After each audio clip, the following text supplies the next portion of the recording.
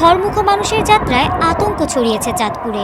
কালবৈশাখী ঝড়ের কবলে পড়ে একটি যাত্রীবাহী লঞ্চের তলা ফেটে পানি উঠতে শুরু করে। পরে ঘাটে ভিড়ানোর সময় হুড়োহুড়িতে আহত হন অন্তত 20 যাত্রী। লঞ্চটা তীরে ভিড়ল, এর ভিতরে লঞ্চ হালকা কাইট হয়ে গেল। ওই অপর পাশ থেকে পানি ঢুকতে লাগছিল, একের পর এক পানি ঢুকতে লাগছিল। লোকজন যেদিক ইচ্ছে ওই দিক যাইতে লাগছিল।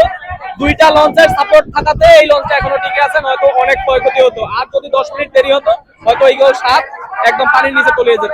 ঈদ উপলক্ষে পরিবার পরিজনের সঙ্গে আনন্দ ভাগাভাগি করতে ঢাকা থেকে লঞ্চে করে চাঁদপুরে ফিরছিলেন হাজারো মানুষ। কিন্তু যাত্রাপথে বৈরী আবহাওয়া আর কালবৈশাখী ঝড়ে আতঙ্ক ছড়িয়ে পড়ে যাত্রীদের মধ্যে।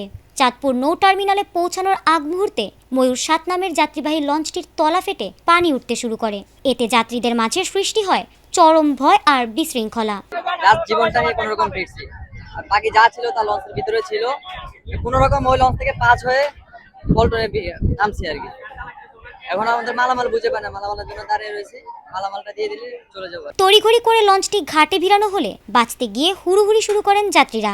এ সময় নারী ও শিশুসহ অন্তত 20 জন আহত হন। এক পর্যায়ে প্রবল ঝড়ে লঞ্চঘাটের পল্টন খুঁটি ছিঁড়ে যায়।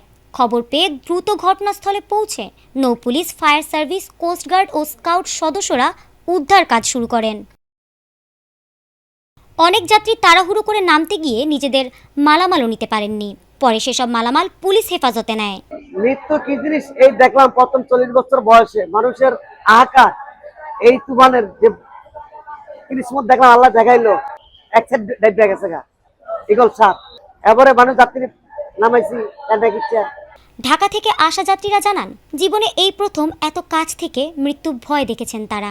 অনেকে আহত হওয়ার পাশাপাশি হারিয়েছেন নিজেদের মালামালও। আপনারা জানেন যে হঠাৎ করে ঘূর্ণিঝড়টা চলে আসে 2টার পরপরই, এবং এখানে মিতালি 2 লঞ্চ ঢাকা থেকে আসতেছিল এবং সেই লঞ্চটি পল্টনে দাঁড়িয়ে থাকা অন্য একটি লঞ্চকে ধাক্কা দেয়। ধাক্কা দেওয়ার ফলে সেই উভয় লঞ্চই ক্ষতিগ্রস্ত হয় এবং লঞ্চটি এক পাশে কাত হয়ে যায়। কাত হয়ে যাওয়ার কারণে লঞ্চে থাকা যাত্রীরা বেশ চিল্লাপাল্লা শুরু করে। তখন প্রচন্ড ঘূর্ণিঝড় হচ্ছিল, প্রচন্ড দমকা হওয়া এবং মুষলধারে বৃষ্টি হচ্ছিল। এই পরিস্থিতিতে নৌ পুলিশে কর্মরত এখানকার নৌ থানার সদস্যবৃন্দ এবং বিআইডব্লিউটি এর সদস্যবৃন্দ মিলে এবং স্থানীয় ঘাট প্রতিনিধিরা মিলে আমরা সকল যাত্রীদেরকে রেস্কিউ করতে সক্ষম হই এবং লঞ্চগুলোকে নিরাপদে সরিয়ে নিতে সক্ষম হই। বর্তমানে এখানকার পরিস্থিতি আল্লাহর রহমতে মোটামুটি ভালো আছে, আমাদের কোনো ক্যাজুয়ালিটি হয়নি। খবরের সব সিরিয়াস আপডেট তো জানলেন, এবার একটু বিনোদন হয়ে যাক। ঘুরে আসুন আমাদের চরবিজয় গ্রুপ চ্যানেল থেকে। এই ভিডিওর ডেসক্রিপশন বক্সে আমাদের চ্যানেলের লিংক আছে, এক ক্লিকে গিয়ে দেখে আসুন।